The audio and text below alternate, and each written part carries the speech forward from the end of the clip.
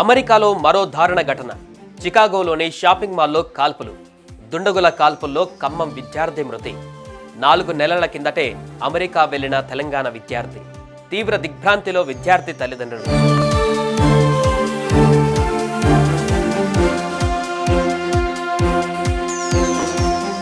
అమెరికాలో మరో దారుణ ఘటన చోటు చేసుకుంది. దుండగుల బరి తెగింపుకు ఓ తెలుగు విద్యార్థి మృతి చెందాడు.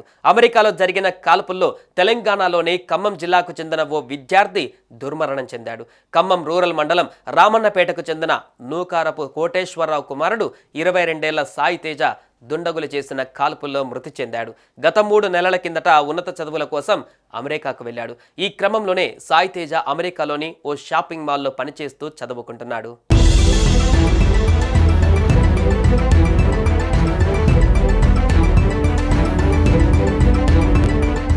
ఈ నేపథ్యంలోనే అమెరికాలోని చికాగోలో కొందరు దుండగులు షాపింగ్ మాల్లోకి చొరబడ్డారు. షాపింగ్ మాల్లోని నగదు దొంగతనానికి వచ్చిన దుండగులు సాయి తేజ్ పై కాల్పులు జరిపి అందులోని నగదును ఎత్తుకువెళ్లారు. ఈ ఘటనలో సాయి తేజ్ అక్కడికక్కడే మృతి చెందాడు.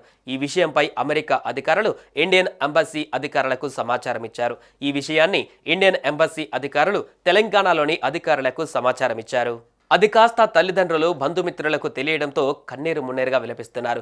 మృతుడి స్వస్థలం ఖమ్మం గ్రామీణ మండలంలోని రామన్నపేటగా పోలీసులు గుర్తించారు. ఎంఎస్ చదవడానికి 3 నెలల క్రితమే అమెరికా వెళ్లిన సాయి తేజ్ను దుండగులు కాల్చి చంపారు. ఈ సంఘటనమైన కేసు నమోదు చేసుకున్న అమెరికా పోలీసులు దర్యాప్తు చేస్తున్నారు. ఉన్నత చదువుల కోసం విదేశాలకు వెళ్లిన తమ కొడుకుకు మంచి భవిష్యత్తు ఉందని భావిస్తున్న ఈ సమయంలో ఈ విషాద వార్త వినాల్సి రావడంపై వాళ్ళు వాపోతున్నారు. తమ కుమారుడి మృతదేహాన్ని ఇండియాకు తీసుకువచ్చేలా చూడాలని అక్కడి తెలుగు సంఘాలను కోరుతున్నారు. మరోవైపు రామన్నపేటలోని సాయి తేజ ఇంటికి వాళ్ళ బంధువులు స్నేహితులు చేరుకొని ఆయన కుటుంబ సభ్యులను ఓదారుస్తున్నారు.